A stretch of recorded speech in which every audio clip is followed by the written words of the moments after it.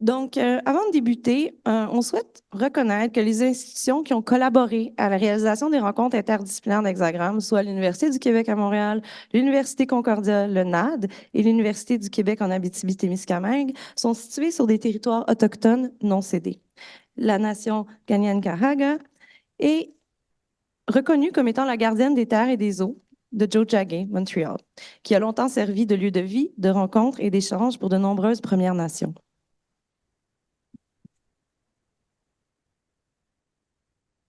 Nous souhaitons aussi reconnaître les forts liens qui unissent la nation Anishinaabe à ce territoire connu par ce peuple comme Mouniang.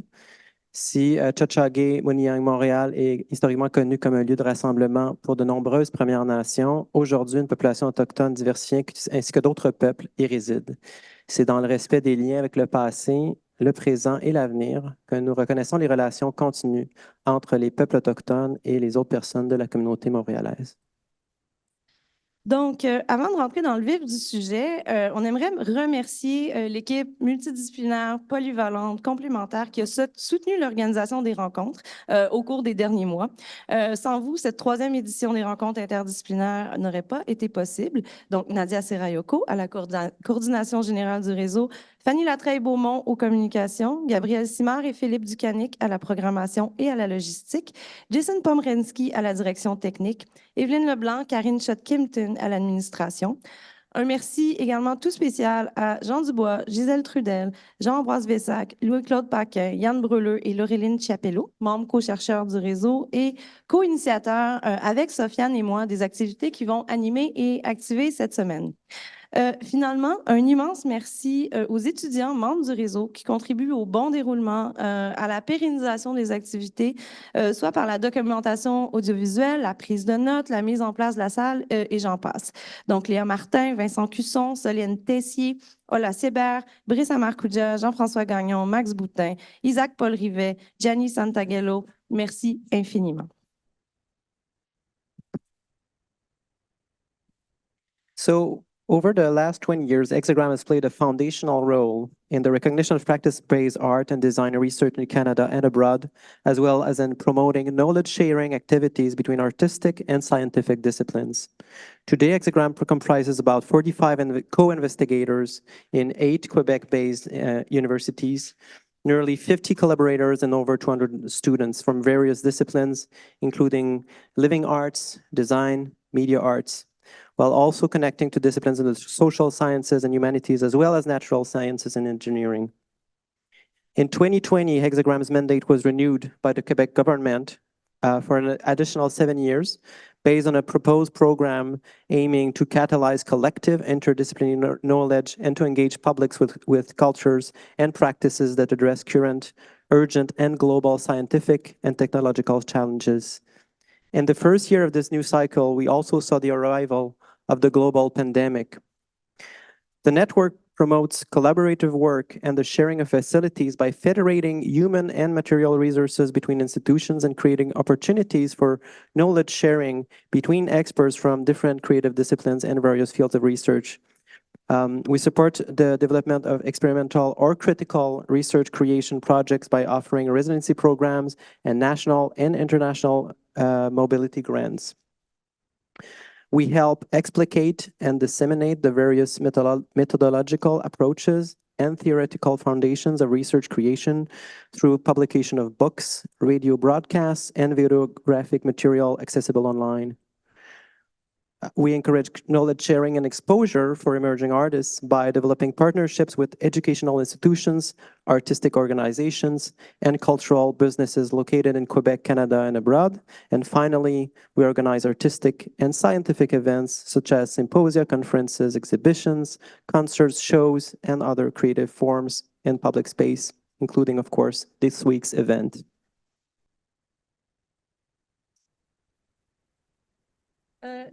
Donc, la présente édition des rencontres interdisciplinaires a été lancée en 2023 à l'occasion de l'exposition Imprints qui a eu lieu à Ars Electronica, au Garden d'Ars Electronica, où ont été présentées 15 œuvres contemporaines issues de la recherche-création à Hexagram.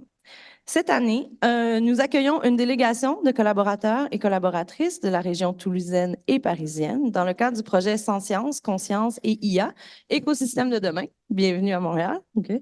En partenariat avec le réseau Passerelle Arts, Sciences, Technologies. Donc, dans les dernières années, il y a plusieurs projets de recherche-création impliquant des collaborations entre les membres du réseau Hexagramme qui ont été amorcés. En particulier, Hexagramme s'est démarqué par des projets intersectoriels avec plusieurs projets financés au programme Audace, Prisme, que vous pourrez découvrir dans la journée de demain. Et notre regroupement a fait place à une importante dimension comprenant la recherche-création à travers son programme de résidence interuniversitaire et son programme démo, qui invite les membres étudiants et co-chercheurs à documenter leur recherche-création en action.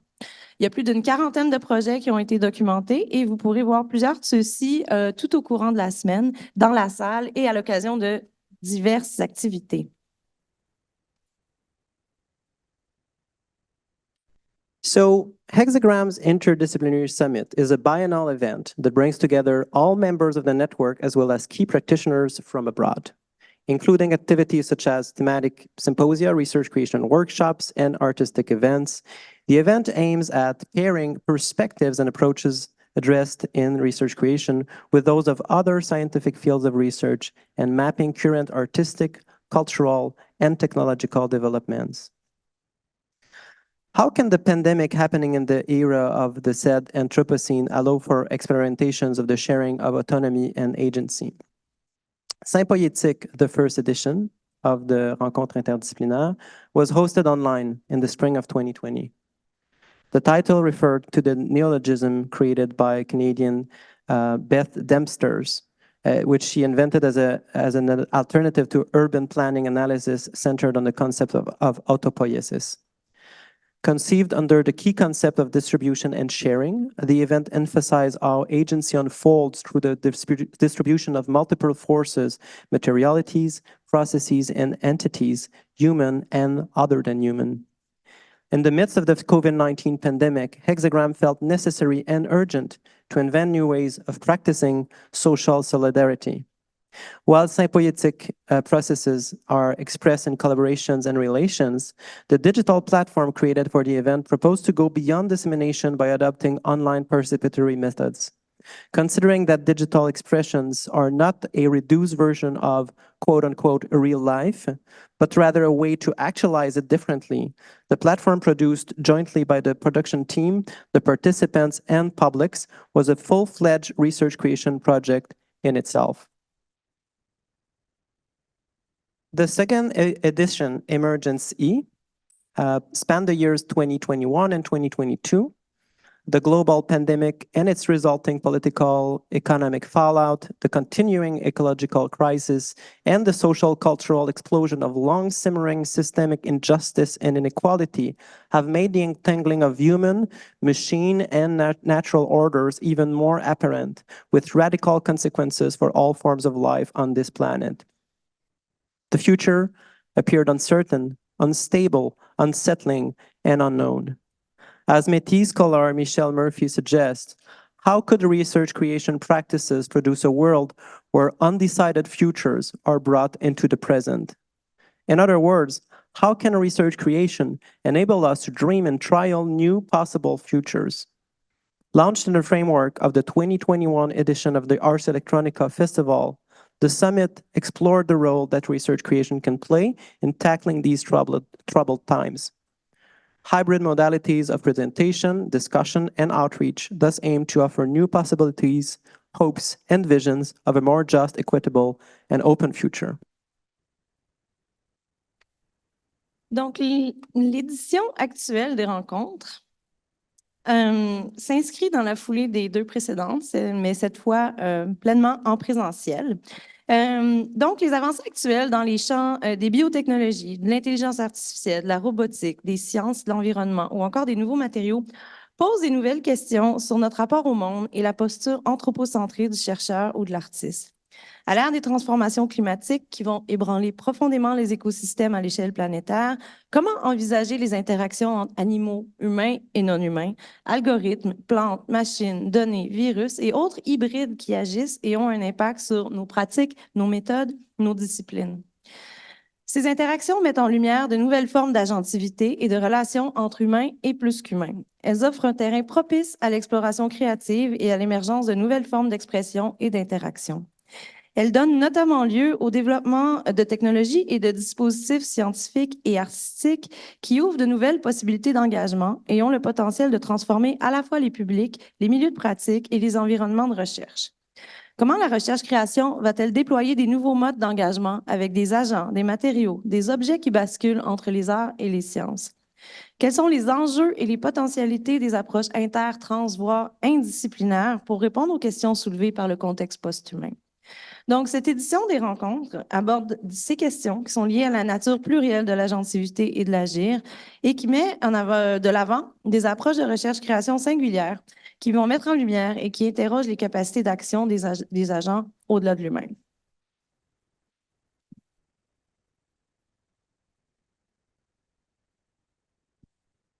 This year's edition welcomes special guests from the network Passerelle Arts Sciences Technology in southern France, who are here as part of a 2 years partnership project funded by the Permanent Cooperation Mission from France and Quebec International Affairs Ministries.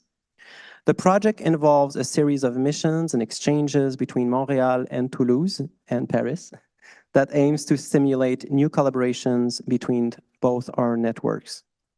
It will culminate in a period of residencies in scientific laboratories and a symposium in Toulouse next June. The project was launched at the initiative of the management of both partners last year and began with a mission to Toulouse that enabled initial contact between the two networks in the spring or summer of 2023. So last autumn, our partners from Toulouse came to Montreal to meet our network and visit our institutions. They're back this week to take an active part in the interdisciplinary encounters. Some of them are here, some of them are going to be online. Whether you're a professor or a student, we invite you to welcome them, meet them, and exchange with them.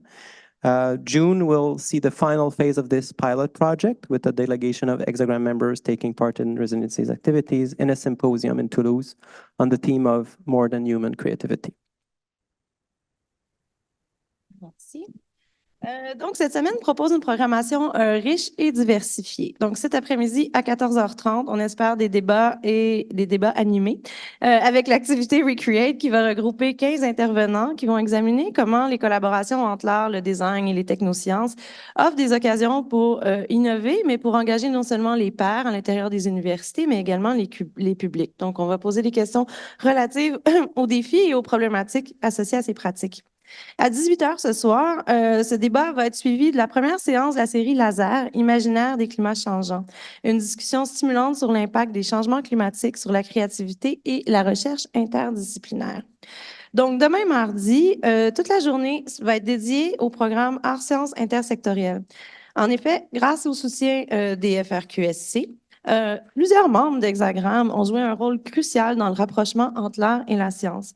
Donc, les programmes PRISM, Audace, ont brisé des barrières de la recherche universitaire qui ont favorisé une culture d'échange, d'innovation. Donc, on vous invite à venir découvrir 6 projets qui ont été réalisés dans le cadre de ces programmes, dans le cadre de l'événement Point de fusion, la recherche-création en contexte intersectoriel. Donc, à 16h30, les membres étudiants du réseau vont présenter leur plus récent projet de recherche. Ça va être sous la forme de pitch-à-coucha, de posters numériques, mais ça va être aussi l'occasion de voir les contributions diversifiées de nos membres en recherche-création au cours des dernières années. À 18h demain soir, manquez pas la deuxième séance de la série Laser, l'IA et les communautés de pratique. Les panélistes vont discuter du rôle de l'intelligence artificielle, puis la manière dont elle va provoquer ou induire des changements dans leurs pratiques de recherche-création, de sciences des données, de savoir autochtone et de gouvernance.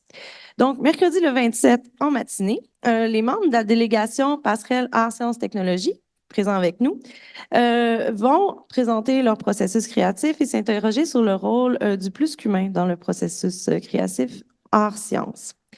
À 2h30, Environnement sensoriel, les agentivités plurielles en art numérique va regarder comment les œuvres d'art numérique appréciées pour leur capacité immersive peuvent agir comme des médiums qui vont faciliter l'exploration de nos sens. À 16h, Féminine en deuil ou mélancolique va explorer la notion d'agentivité en jeu vidéo, souvent comprise comme une liberté d'action ou une liberté de choix. Donc, dans cette discussion-là, les intervenants vont examiner comment cette notion se recentre actuellement sur la qualité et le sens de ces mêmes choix. Et enfin, à 18h, le forum ouvert va permettre aux professeurs et étudiants d'échanger autour des défis soulevés par la recherche-création en milieu académique, des défis qui sont super importants, mais souvent corollaires et peu discutés. Donc, par exemple, la propriété intellectuelle, l'encadrement, l'organisation du travail, l'équilibre travail-études, vie personnelle ou le développement de carrière. Et enfin, pour conclure, jeudi matin, nous avons l'activité RC en XR, atelier de partage créatif, qui va être axé sur le thème de la performance artistique, théâtrale et ludique dans un contexte technologique. L'événement vise à rassembler diverses pratiques qui partagent l'expérience du corps et de l'interaction dans un environnement interactif en temps réel. Ensuite, en après-midi, à 2h, on passe en mode démo. Donc, le public va être invité à expérimenter l'atelier en mode manette et en mode bimodal. Et à 18h, joignez-nous pour un verre et un happening festif, qui va inclure des performances sonores proposées par des membres, chercheurs et étudiants du réseau. Enfin, tout au long de la semaine, il y a quelque chose d'absolument fantastique qui se passe dans la chaufferie, dans l'espace café, où vous êtes invité à rencontrer le membre co-chercheur Louis-Claude Paquin, qui va tenir un kiosque de cartographie de la recherche-création. Donc, vous êtes invité à participer à une courte interview qui va être ensuite filmée et analysée pour proposer une cartographie collective de la recherche-création. Donc, sur ce, on ne veut pas parler trop longtemps. On va passer la parole à nos collaborateurs de Toulouse et de Paris. Donc, Vincent, je voudrais juste m'assurer qu'on puisse voir nos collaborateurs sur Zoom.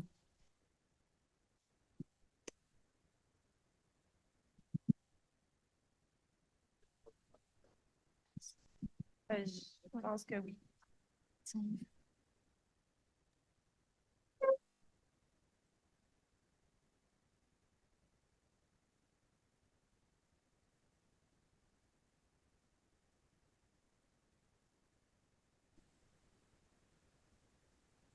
Donc, bonjour à toutes et à tous. Je vous remercie déjà pour l'invitation et l'accueil. Je tiens particulièrement à remercier Sofiane Audry, Alice Jarry, qui ont organisé ces rencontres interdisciplinaires depuis presque 6 mois maintenant. Gabriel Simard, Philippe Ducanic aussi, qui ont mis la main la main à la pâte, et aussi Nadia Serayeko. Je voudrais souligner aussi la présence de mes collègues et camarades dans la salle qui ont fait le déplacement pour venir ici à Montréal. Ninon Delgeyer, qui est doctorante en art, Anne-Charlotte Baudequin, qui est en design olfactive et doctorante également à Toulouse, Camille Prunet, qui est maître de conférence en art plastique théoricienne, venue de Toulouse également, Florent Di Bartolo, qui interviendra avec le jeudi après-midi avec Jean-Ambroise Vessac, et Christophe Vieux, qui sera avec nous en Zoom pour le mercredi matin. Et bien sûr, Thierry Bèche et Frédéric Garcia qui sont là en distanciel avec nous. Donc, je suis Edwige Armand, je suis maître de conférence en art numérique à Paris depuis 6 mois, d'où le fait qu'on dialogue entre Toulouse et Paris en ce moment. Au niveau du plan, je vais présenter rapidement la philosophie de passerelle. Thierry expliquera quelques actions qu'on a menées ces derniers mois. Frédéric et Yves Dutain à côté de moi, expliciteront un peu le pourquoi des scientifiques se retournent vers les arts. Donc, je conclurai sur le pourquoi de notre venue ici. Donc, en termes de spécificité, Passerelle est une association de quelques membres fondateurs, une dizaine. et avec une cinquantaine de membres qui constellent autour de projets que nous menons. On peut, de manière générale, dire que notre spécificité amène un regard critique sur la performativité des discours techno-scientifiques et industriels. Donc, le terme de performativité, ici, est peut-être à nuancer par rapport à ce que vous entendez au Québec, à voir, mais c'est l'idée que c'est à force de citation, de répétition dans le discours finit par s'incarner et construit des cadres d'intelligibilité qui permettent de percevoir en réel. En 2012, je travaillais, et je travaille encore, sur la manière dont l'humain construit un monde de sens et de signification, de perception qui peut encore être en virtualité. Mais virtualité qui se heurtait quelque part à des discours scientifiques un peu péremptoires sur ce qu'était l'humain, souvent réduit à un amas chimique ou un fonctionnement neuronal. L'humain, dans les discours technoscientifiques, est réduit souvent à du calculable, du fonctionnel, du mécanique. Ainsi, la question du réductionnisme scientifique, de ses origines, de sa performativité progressive, s'est installée dans nos démarches croisées avec différents acteurs et actrices.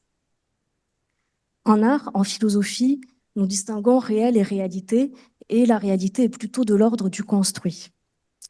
Et l'imposition d'une forme de connaissance, de la structuration perceptive que produisent nos outils techniques pour observer et appréhender le monde ont été des enjeux des relations art-sciences dont nous parlerons cette semaine et que nous portons principalement à Passerelle.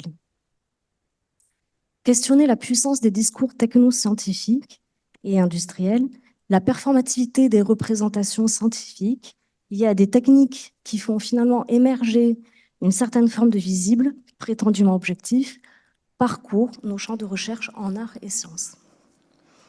En 2010, entre Yves Duthène, ici présent, et Thierry Bêche, qui dirigeait alors le GMEA, qui est un des 6 centres de création électroacoustique, et moi-même, s'est consolidé un noyau d'action, de réflexion, et nous nous sommes inscrits dans la volonté, quelque part, d'ouvrir la science à des questionnements autour des perceptions engendrées par les technosciences, mais nous nous sommes aussi rejoints sur le potentiel créatif des techniques dans le cadre de pratiques artistiques.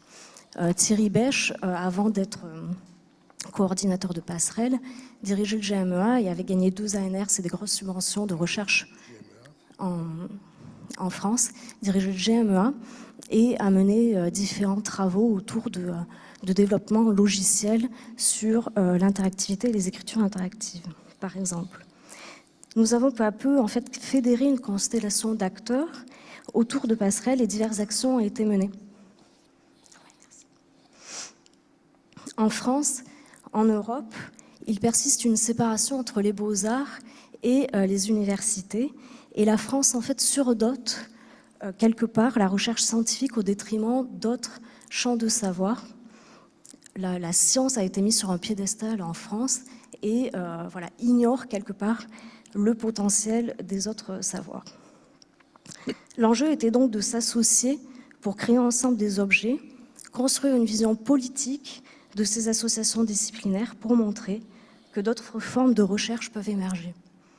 Depuis 2016, nous menons diverses actions et projets afin de réunir tout simplement des savoirs hétérogènes dans la perspective de création. L'enjeu vise une émancipation des savoirs et des déploiements de vision du monde, d'une multitude de visions du monde. Le travail commun que nous menons se réalise souvent sur du temps long parce que le temps de la rencontre l'exige. On ne fait pas du art science juste parce que ça devient à la mode, mais on fait du temps long, des échanges longs dans la construction commune de projets. En gros, on s'inscrit quand même dans des échanges très durables autour d'enjeux qui abordent la liberté, l'équité, la finalité et les futurs écologiques. La science, son sens, son potentiel a bifurqué entre le XVIIe et XVIIIe siècle et il nous semble urgent de réhabiliter les savoirs du corps, du non symbolisable, du doute conscient dans ces disciplines scientifiques qui ont souvent abandonné le pourquoi pour se concentrer sur le comment. Donc, interroger la finalité et le sens de nos industries technoscientifiques est un point fort de notre association. Et je vais laisser le mot à Thierry Bèche. Donc Thierry Bèche est le coordinateur de Passerelle. Je suis la présidente, Yves le secrétaire, je crois, et Frédéric Garcia le co-président. Bonjour tout le monde, je ne sais pas si vous m'entendez bien, oui? Ça va? Oui, donc merci Edwige, je prends le relais. Et donc présenter rapidement donc, quelques actions de passerelle pour donner du concret à ce qui vient d'être dit. Donc actuellement, notre cœur de sujet, c'est une préparation d'une création qui va avoir lieu prochainement au mois de mai dans un musée proche d'Albi qui s'appelle Atmosphère Primale. Mais comme vient de le dire Edwige, c'est un projet de temps long. Ça fait déjà 3 ans que de multiples échanges entre scientifiques et artistes, que des petites formes aussi ont été générées autour de ce travail qui vise donc à retracer de manière scientifique et sensible et artistique aussi évidemment des grandes aires des évolutions atmosphériques.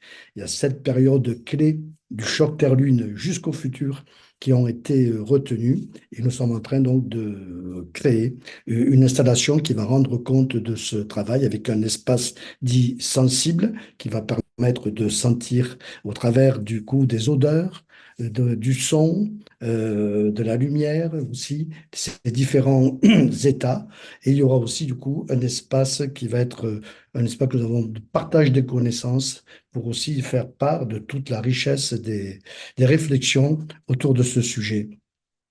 Donc, je ne rentre pas plus dans le détail. Vous voyez l'équipe de réalisation d'Atmosphère Primale qui imbrique évidemment aussi au niveau de la production, au niveau économique, hein, des laboratoires de recherche de la région toulousaine et aussi évidemment des institutions publiques qui nous permettent d'obtenir des financements pour réaliser ces productions. Voilà. Une autre action de passerelle Arts Sciences Technologies a été au niveau de la région occitanique, donc la région toulousaine, dans le sud de la France, dans le sud-ouest de la France. En 2021, la région a demandé à Passerelle, a commandé un recensement des acteurs et arts sciences sur la région Occitanie, ce que nous avons mené, qui a permis de faire émerger et de donner une cartographie, une identité, un contenu, de mieux comprendre quels étaient les acteurs qui s'impliquaient dans l'art sciences sur la région. Cette enquête est en fait un modèle, puisqu'elle a servi en 2022 et 2023 à une enquête nationale qui a permis du coup aussi, avec 700 questions, 560 réponses qui concernaient les acteurs culturels, universitaires, labos de recherche, les artistes et les acteurs culturels aussi.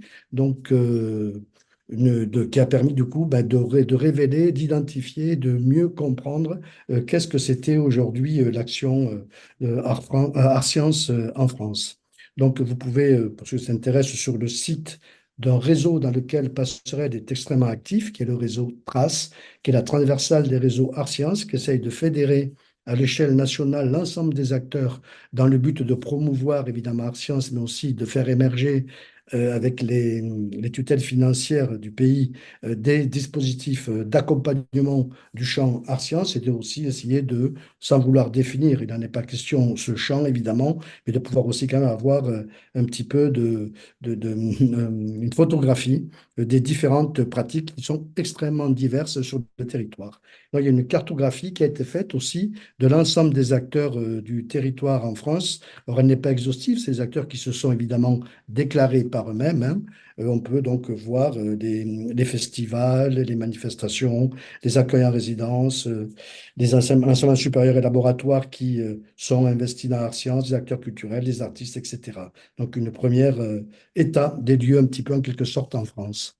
Une autre action qui est aussi dans laquelle nous sommes depuis quelque temps, c'est une action réflexion euh, aussi qui est liée au résultat de l'enquête et qui a fait apparaître une grande diversité d'acteurs.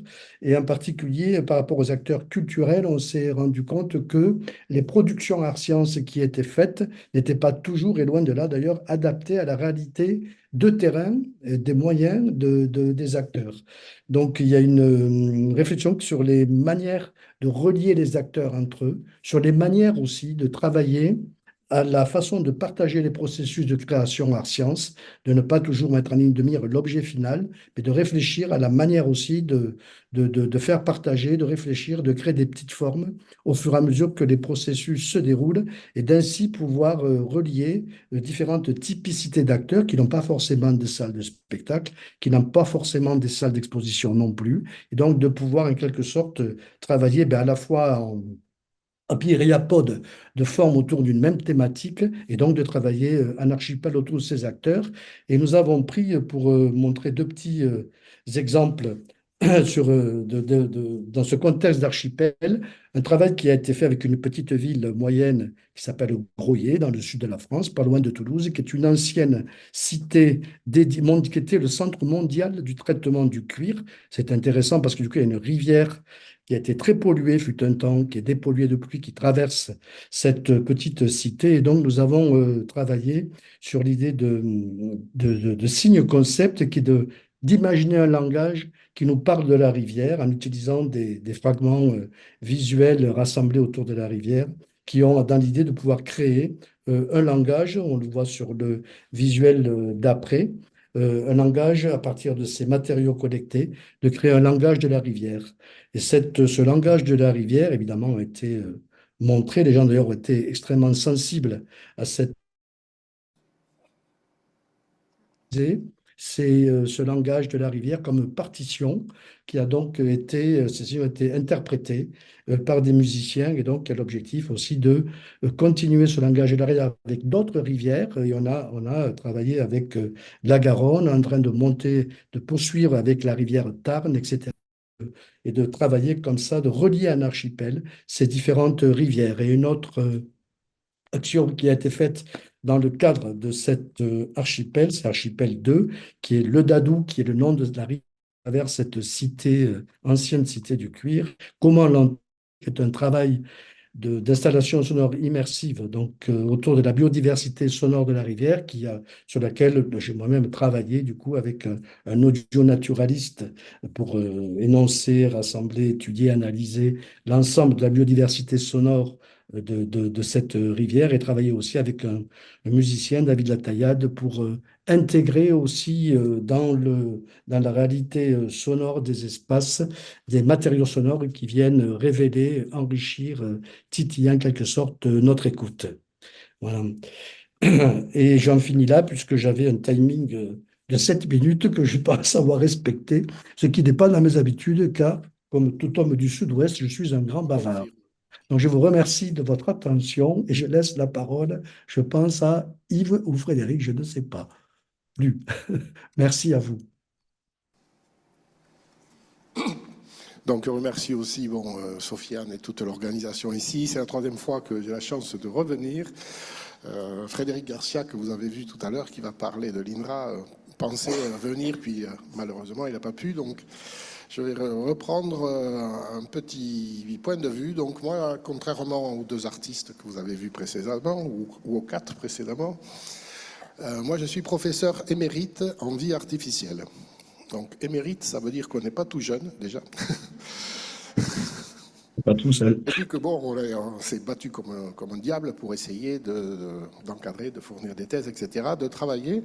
Et donc je me suis dit, c'était l'occasion de montrer un petit chemin qui fait que je me retrouve aujourd'hui un peu dans ce domaine art, avec cette vision quand même et cette articulation épigénétique, je pourrais dire, qui m'a construit, qui était quand même issue du monde des mathématiques et de l'informatique, qui était le paradis terrestre, sûrement, et qui n'a pas l'air de l'être tout à fait aujourd'hui.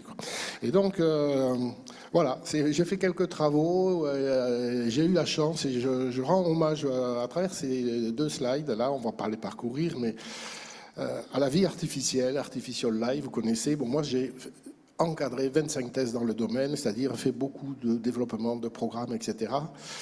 Vie artificielle, l'objectif, c'est d'essayer de faire concevoir des systèmes qui ont des propriétés du vivant. Et puis après, des applications. Et les propriétés du vivant, c'est l'évolution. Donc, on fait des algorithmes génétiques ou algorithmes évolutionnaires. C'est le développement. Donc, le développement, c'est le vivant se développe à partir d'une cellule unique et ça pousse. Tous nos systèmes industriels sont assemblés. Ils ne poussent pas. Donc, est-ce qu'on peut faire pousser des systèmes ? c'est l'apprentissage avec des réseaux de neurones ou des systèmes de classifieurs, etc. Et ça, c'est divers types de travaux, comme vous pouvez voir là, qui ont été faits, par exemple, avec des systèmes de Learning Classifier System. C'était il y a une quinzaine d'années, c'était les LCS, on appelle. Des systèmes qui s'auto-organisent, des moutons qui arrivent à poursuivre ou des loups, des moutons. Le problème du drapeau, qui est très très connu, qu'on a pu résoudre avec des systèmes de réseau de régulation génétique. Dans nos cellules, il y a un réseau de régulation qui active les fonctions de nos cellules. Et ces cellules, elles font des tissus, des organes, des organismes et des comportements de haut niveau. Donc, vie artificielle, on est vraiment dans ce domaine scientifique où on va à très bas niveau. On repense le pixel comme une cellule, et puis on va essayer de faire pousser, voilà, par exemple en bas à droite, on fait pousser des sphéroïdes cancéreux. Là, on travaille avec l'Oncopole. Mon équipe aujourd'hui est à moitié sur l'Oncopole à Toulouse, puisqu'un sphéroïde cancéreux, c'est un système qui se développe, qui pousse comme un organe. Donc j'ai fait beaucoup de travaux comme ça, j'étais très heureux. Et en 2016, il y a une jeune étudiante qui m'a attrapé le bras et qui m'a dit, mais monsieur, tu es venu à une conférence, vous savez que ce monde n'existe pas. Alors, aussi, ce monde réel n'existe pas. Je dis, tu sais, quand t'as mal aux dents, quand même, c'est réel, etc. Et on a commencé une collaboration qui continue encore avec des hauts et des bas, avec des mots forts, des mots doux, mais des mots forts. Et ça a commencé à mettre une mauvaise graine ou une bonne, je ne sais pas, dans l'esprit du scientifique, puisqu'à partir de ce moment-là, j'ai commencé à suivre des travaux dans le domaine de l'art ou de l'éthique et puis de la philosophie, des disciplines où, quand vous savez, vous êtes dans un moule, des disciplines qui sont très éloignées. Et donc, j'ai continué à faire ce type de travaux, comme ça, jusqu'à des travaux sur l'autopoïèse, là, parmi les derniers. Et l'autopoïèse, j'ai participé à une conférence que tu avais co-organisée, comme ça, où les gens disaient, un processus de création artistique, c'est un processus autopoïétique.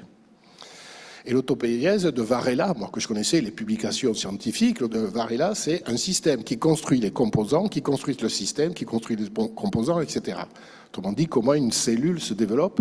Et quand une cellule se divise, il y a un processus, la cellule, il faut qu'elle prenne des nutriments à l'extérieur, le réseau de régulation fait qu'elle double de volume, et après son imprimante 3D, qu'on appelle le ribosome, va répliquer la cellule, va la dupliquer. Donc, ce processus qui est interne, qui est le plus important du vivant, la division cellulaire, qui fait que ça développe, ça crée quelque chose, puisque ça n'était pas créé avant. C'était un système fermé dans une membrane et des éléments nutritifs à côté. C'est une construction. Alors, est-ce que c'est une création et tout ça? Mercredi, je reviendrai avec des exemples plus poussés. Qu'est-ce que c'est qu'une création vue, bien sûr, à travers cette discipline de vie artificielle? Voilà, donc ça a été un peu cette démarche-là. Et en arrivant avec, bien sûr, tout ce qui est arrivé depuis 2016, les articles sur le deep learning, donc deep learning, des systèmes bio-inspirés du cerveau, de l'apprentissage des neurones. Et ces systèmes qui ne marchaient pas, nous on y a travaillé des années, ça ne marchait pas. Yann LeCun arrive à faire tourner ça, etc. Et ça donne aujourd'hui tous les chats GPT, Midjourney, etc. C'est tous ces outils inspirés d'un mécanisme d'apprentissage qui a été mis en forme, sous forme de transformeurs, de mécanismes assez opaques, qui constituent ces systèmes qui apprennent. Et nous, dans les créatures artificielles, en vie artificielle, l'apprentissage, qu'est-ce que c'était vraiment? Et alors, c'est là que j'ai commencé à m'intéresser, que je continue aujourd'hui, à travers, entre autres, les travaux de la thèse d'Edwige, qui pour moi sont toujours aussi actuels et présents. C'est que notre cognition, vous avez une définition, c'est acquérir les connaissances. Bon, ok, les systèmes experts savaient le faire, et les systèmes de type IA générative le font. C'est acquérir et comprendre le monde à travers les interactions et les sens. Et là, ces IA génératives, interactions et les sens, les travaux de recherche actuels en robotique évolutionnaire, etc., consistent à mettre ces IA génératives à l'intérieur de robots qui auront des perceptions de leur environnement physique. Et ça, c'est un des grands objets des sciences aujourd'hui. Mais l'humain, nous, enfants, bébés, quand on a interagi pour comprendre la notion de cube, un cube rouge qui tombe par terre, voilà, c'est pas de la data, c'est parce qu'on les a touchés, l'expérience phénoménologique. Donc pour aller plus loin dans les recherches en vie artificielle, il faut s'ouvrir à ça. Et c'est là que les arts et les sciences, à mon sens, j'ai fait cette bifurcation en disant, mais il faut à tout prix regarder des bases en philosophie, des bases en psychologie comportementale, en neurosciences, etc. Donc j'ai eu la chance d'avoir des années pour pouvoir parcourir ça. Donc je termine là-dessus. Sur cet exemple, on avait des représentations du monde il y a 3500 ans. Le monde était plat, la vie était comme ça. Aujourd'hui, parmi les travaux artistiques qui représentent le monde de manière assez étrange, c'est le monde de la mécanique quantique. C'est voilà, la matière a plusieurs états et l'observateur, est-ce qu'il est à côté ou pas. Et il y a un tout petit exemple sur lequel on va reprendre des slides de ça, ou en partie dans l'atmosphère primale. C'était, j'ai voulu montrer un exemple, mais c'est pas évident, comment penser rationnel et sensible. Et typiquement, sur un des objets de cette conférence, c'est le monde aujourd'hui, la transition climatique, comment la penser. Le monde actuel, vous avez en haut les bateaux qui circulent actuellement, les satellites qui sont actuellement autour de la Terre. Vous enlevez ceux d'Elon Musk, vous en enlevez 80% quand même. Il y en a 5800 sur Starlink. En bas, c'est les avions, etc. Et ici, c'est la pollution. Donc, c'est comment ça se déplace.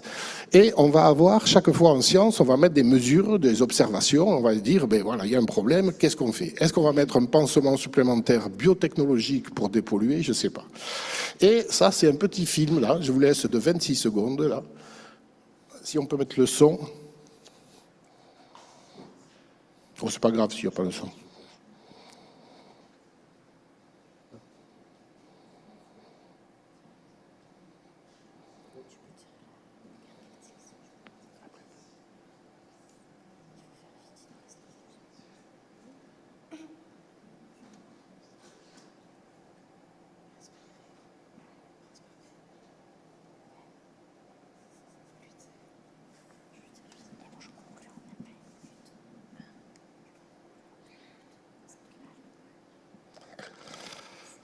Voilà. Donc, alors on peut, c'est pas une œuvre d'art dans le sens où ça laisse pas beaucoup de place à l'imagination de soi-même, mais c'est une approche sensible par rapport à une approche rationnelle sur un problème du monde, quoi. Ça, je l'ai montré à des gens du GIEC qui sont venus à Toulouse. Ah, mais je pense qu'ils s'en souviennent, quoi. Donc c'est vrai que cette dimension sensible, voilà, penser le monde de manière rationnelle et sensible humaine, je pense que c'est important. Et de toute façon, dans ma discipline, suivre aujourd'hui ce genre de choses, voilà ce qui m'a amené, en tout cas, puisqu'il fallait expliquer à ça. C'est maintenant à Frédéric Garcia. Hello, hello, vous m'entendez? Frédéric. Ouais, vous m'entendez? Est-ce que vous m'entendez? Oui, oui, vas-y, Frédéric. Ok, merci. Bonjour tout le monde. Bon, juste quelques mots dans cette introduction pour vous, cette fois-ci, vous faire un petit témoignage d'un chercheur qui s'est, depuis quelques années, orienté, dirigé vers du travail avec des artistes et dans une dimension plutôt qualifiée d'art-science au départ. J'ai découvert progressivement, plutôt avec nos amis québécois, euh, le, le, le- le terme de recherche-création, c'est venu un peu après, mais je vais garder ici art-science. Et c'était donc juste ici pour illustrer un petit peu ce passage. Euh, je suis chercheur à la base en intelligence artificielle. Voilà, j'ai fait ma carrière académique dans ce domaine. Je suis directeur de recherche en intelligence artificielle à Toulouse. Euh, on va dire, il y a 7-8 ans, ça a progressivement évolué vers une autre thématique de recherche qui est plus orientée sciences cognitives, mais qui reste originale, qui est la cognition des plantes et du vivant végétal. Voilà. Et donc, je me suis intéressé, je continue à m'intéresser à tout ce qui est comportement des plantes, apprentissage des plantes, et puis les questions de signalisation, de communication, voilà. Et en particulier, c'est le thème, je dirais, fort un petit peu de mes travaux, c'est la capacité des plantes à communiquer par le son. Euh, Attends, est-ce que je peux revenir sur la planche d'avant? Voilà, merci. Euh, après ce passage à la cognition végétale, ça a témoigné un petit peu, c'était l'illustration de mon souhait de vraiment accentuer la dimension interdisciplinaire. Et donc depuis longtemps, voilà, je suis avec un noyau dur, on va dire en IA, je suis à l'interface j'ai essayé de faire des liens avec différentes disciplines, toujours essayé de faire ça. Là aujourd'hui, en biologie végétale, voilà, le grand écart voilà, c'est un vrai grand écart, mais ouais, ça m'intéresse.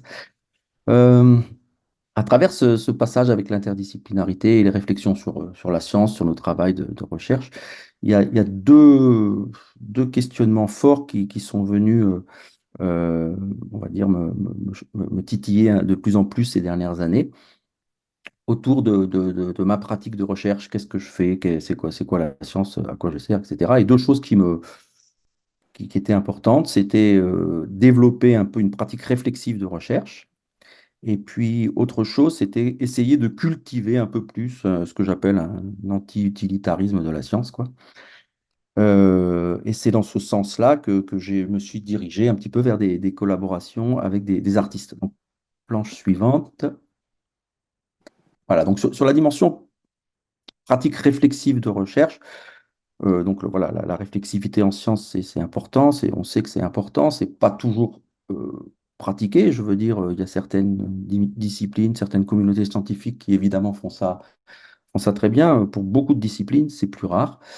Dans mon institut, je participe, j'ai essayé de créer ou de développer ou d'accompagner différents dispositifs. Un premier qui s'appelle Collectif Science en Question, où c'est une édition, une collection française, plutôt passionnante, quoi, où on travaille beaucoup sur éditer des auteurs, plutôt des sciences sociales, hein, des philosophes, des sociologues, etc., qui travaillent sur la science et qui vont donner un certain regard autre sur nos pratiques ou sur nos thèmes, etc. Ça, c'est une réflexivité propre à notre communauté.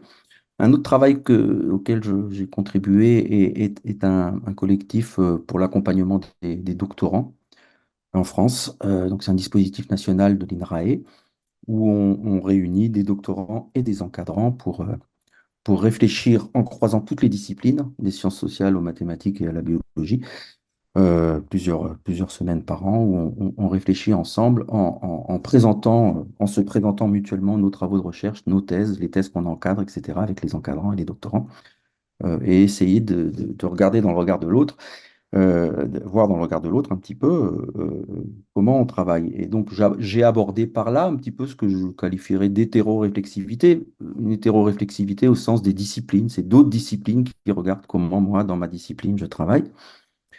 Mais je me suis rendu compte, en travaillant un petit peu avec des sciences sociales, où il y avait cette question de l'hétéroréflexivité qui était cultivée plus par les acteurs un petit peu avec lesquels ces sciences sociales travaillaient dans des démarches de recherche-action, recherche-intervention, etc., où il y avait cette culture du regard de la personne avec qui je travaille en sciences, mais qui n'est pas dans ma communauté. J'ai découvert l'intérêt d'avoir ça, ce regard un petit peu des autres et pas des mêmes que moi, quoi. Et c'est comme ça que ben, finalement j'en suis venu à m'intéresser, et en particulier avec une rencontre, là encore, avec Edwige. C'est ça, je pense, qui m'a donné l'envie d'aller échanger, travailler avec des acteurs, des artistes pour mieux, à travers leur regard, voir comment moi, en tant que chercheur, je travaillais et ce que je faisais, et l'intérêt de ce que je faisais, etc. Donc, c'est la première raison pour laquelle je pense, a posteriori, chercher à travailler avec des artistes, c'était pour l'altérité de leur regard par rapport à moi, ma façon de travailler en tant que scientifique sur l'exploration du réel. Deuxième axe, la planche d'après. Ouais, si c'est possible d'avoir la planche, le slide suivant. La deuxième raison, je vais vite, la deuxième raison pour laquelle je pense qu'il y a, enfin en tout cas pour moi, un véritable intérêt à travailler avec des artistes, à interagir avec des artistes, c'est un peu un combat sur essayer de développer d'autres façons de faire de la science.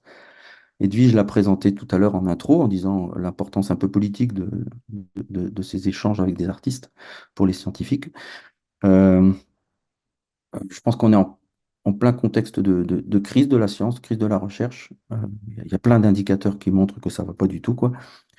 Et les raisons pour lesquelles ça ne va pas, qui, je pense, sont plutôt bien résumées avec la recherche d'excellence et du conformisme que cela implique, de la compétitivité que cela implique, de l'opportunisme.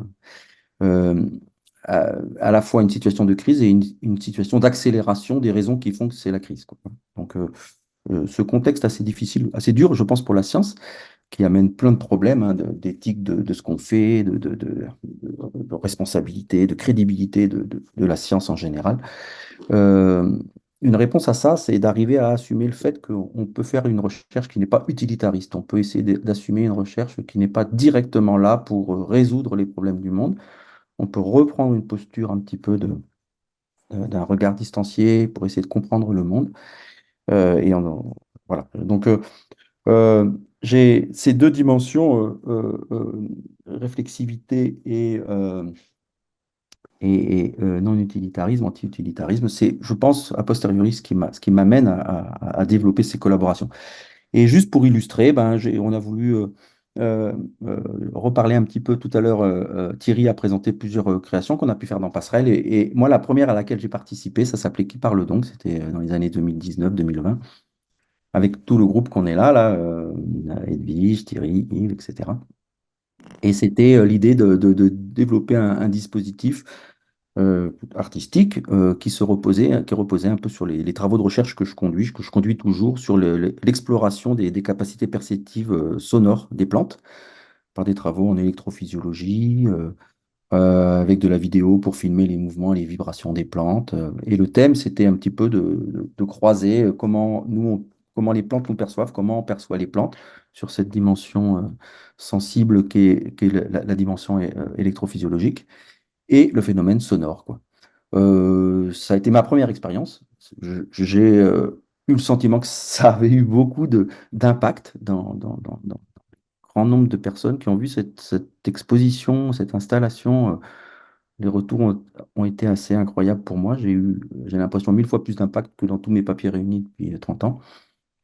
En termes d'impact, je veux dire en termes de transformation peut-être, ou d'échanges que j'ai pu avoir, ou le sentiment que ça avait bougé beaucoup de choses chez les gens, quoi. Voilà, et ça m'a invité à poursuivre. Voilà, donc on a peut-être, Edwige, je peux le finir là-dessus, là sur Astre et Parcelle, tu peux l'inclure dans ta présentation finale, Edwige. Oui, je ne sais pas si le micro repart. Il me reste 1 minute pour conclure, mais tout simplement pour dire que voilà, ça fait 7 ans qu'on dialogue avec Sofiane Audry, rencontrée dans un autre pays. Et en fait, à force d'échanges, de rencontres avec aussi tout un tas d'autres actrices et acteurs, l'envie nous est venue de structurer un peu plus nos collaborations et de créer par nos échanges respectifs et nos venues respectives, une université d'hiver qui est un peu ici cette semaine ce qu'on appelle les rencontres interdisciplinaires, et une université d'été qui aura lieu à Toulouse en juin 2024, et où l'idée est de travailler sur la création au-delà de l'humain. Juste un mot rapide pour essayer de déblayer ce que ça pourrait signifier, mais l'idée de travailler sur le multiperspectivisme, c'est-à-dire comment tenter de se mettre, de dépasser notre moelle, ou d'imaginer ce que pourraient être les perceptions d'un autre organisme au travers d'hétéroperceptions. Est-ce que c'est possible? Est-ce qu'il est possible de sortir de nous-mêmes? Idem pour cette question de pluriontologie. Si on regarde un objet, en fait, comment regarder un objet pris sous différents angles et perspectives? Est-ce que les propriétés physiques sont les mêmes ou d'un point de vue de la plante, de l'animal et de l'humain? Et critiquer aussi ce concept d'humanisme qui est rattaché en fait à un idéal prototypique d'homme blanc, et également de questionner cette notion d'imputabilité, d'agentivité absolue, où l'humain en fait serait quelque part en toute maîtrise de ses intentions, alors qu'il est en totale porosité avec les éléments et les entités vivantes, mais aussi un milieu de culture. et justement élargir cet acte de création à l'agentivité des matériaux et aux autres qu'humains. Je vous remercie pour votre attention. Le timing était un peu long et un peu court pour chacun d'entre nous, et je vous laisse. Merci infiniment, Edwige, Yves, Frédéric et Thierry. C'était hyper intéressant d'avoir un aperçu, malgré qu'il soit court, de votre travail, de votre recherche. Puis on a très hâte de pouvoir discuter plus en détail avec vous au courant de la semaine à travers différentes activités. On va prendre une petite pause. La prochaine activité est Recreate, qui va s'intéresser aux relations entre art, sciences et public et quel est le rôle des interventions artistiques, des objets, des expérimentations qu'on crée. Donc, on vous invite à rester avec nous. Donc, la pause va durer jusqu'à... attendez, quelle heure est-il? 2h15, donc à 2h40, on va commencer. Merci beaucoup.